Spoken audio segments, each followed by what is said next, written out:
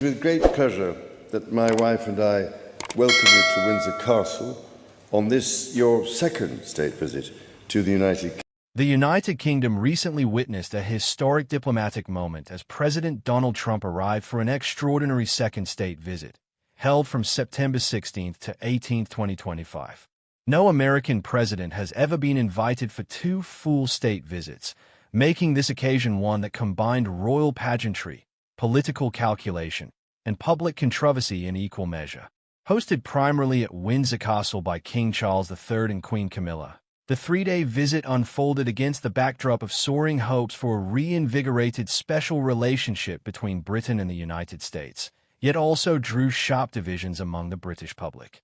The president touched down at Stansted Airport on the evening of September 16th, where security was unprecedentedly tight. Police drones, airspace restrictions, and high barriers underscored the magnitude of both the guest and the risks involved.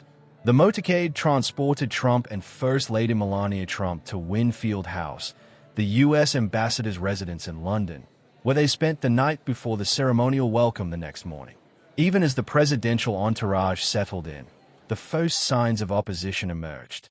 Protesters projected images of Trump alongside Jeffrey Epstein onto the walls of Windsor Castle, an act that drew arrests for malicious communications and foreshadowed the confrontations to come. September 17th marked the centerpiece of the visit. President Trump was greeted at Windsor Castle by the Prince and Princess of Wales before proceeding to the quadrangle, where King Charles and Queen Camilla officially received him with full honors. The ceremony featured a guard of honor, a military band, and a carriage procession through the historic grounds, blending centuries-old traditions with the spectacle of modern diplomacy. In St. George's Chapel, Trump laid a wreath at the tomb of Queen Elizabeth II, a solemn gesture that carried both symbolism and political weight. It was a moment meant to reinforce continuity, respect, and a recognition of the monarchy's enduring role in Anglo-American ties. The day culminated in a glittering state banquet within Windsor's St. George's Hall. Beneath the vaulted ceilings and medieval banners, King Charles spoke warmly of the unbreakable friendship between Britain and America, emphasizing shared sacrifices in times of war and collaboration in times of peace.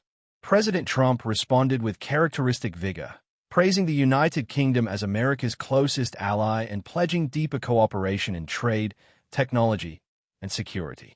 The speeches painted a portrait of unity, yet outside the castle walls, thousands marched in protest. Demonstrators carried placards condemning Trump's policies, his views on climate change, and his associations, chanting slogans that reverberated through London streets. For many, the lavish banquet was a reminder of a divide between political elites and a public still scarred by recent economic struggles. September 18th carried a more practical focus, with President Trump meeting Prime Minister Keir Starmer at Chequers, the Prime Minister's country residence. The two leaders spent hours in bilateral talks, reviewing global challenges from the ongoing war in Ukraine to escalating tensions in the Middle East. The meeting produced a landmark tech prosperity deal, which Starmer hailed as record-breaking in scale. The agreement promised billions of dollars in American investment into Britain's technology sector, particularly in artificial intelligence, quantum computing, and advanced nuclear energy. For the Labour government, it was a political victory, allowing Starmer to present his leadership as capable of delivering tangible economic benefits while reinforcing Britain's global standing. For Trump, the deal showcased his ability to project American influence abroad while aligning with his administration's emphasis on technological supremacy. Meanwhile, the First Lady and members of the royal family took part in cultural diplomacy. Melania Trump joined Queen Camilla on a tour of Queen Mary's Doll's House and the Royal Library, while Princess Catherine hosted a youth event at Frogmore Gardens aimed at highlighting cooperation in education and cultural exchange.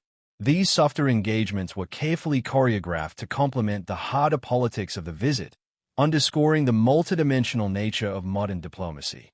Despite the pomp and agreements, the controversies refused to fade. Protests swelled in London and Windsor, with activists denouncing what they saw as an uncritical embrace of a divisive U.S. president.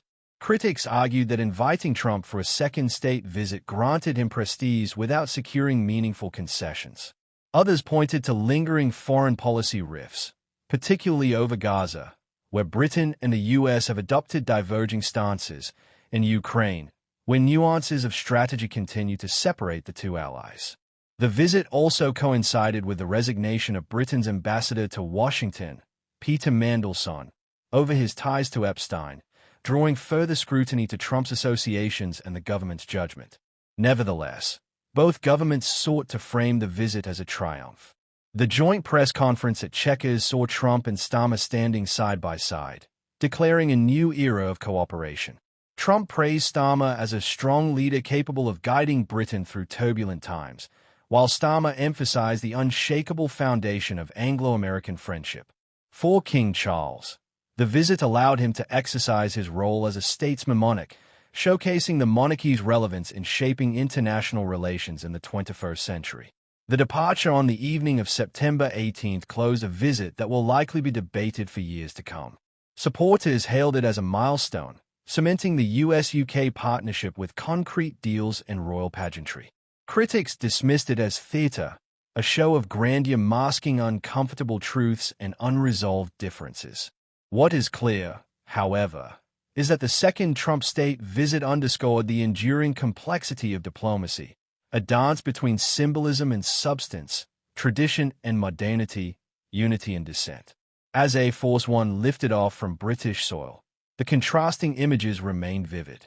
Inside Windsor Castle, a banquet of glittering silverware and speeches of friendship. Outside, chants of protest echoing through the streets. In between, the negotiations that may shape the trajectory of two nations' futures. The visit of September 16th to 18th, 2025, will stand not just as an unprecedented moment in diplomatic protocol, but as a mirror of a divided era, where every gesture carried significance, and every word weighed heavily on the balance of global politics.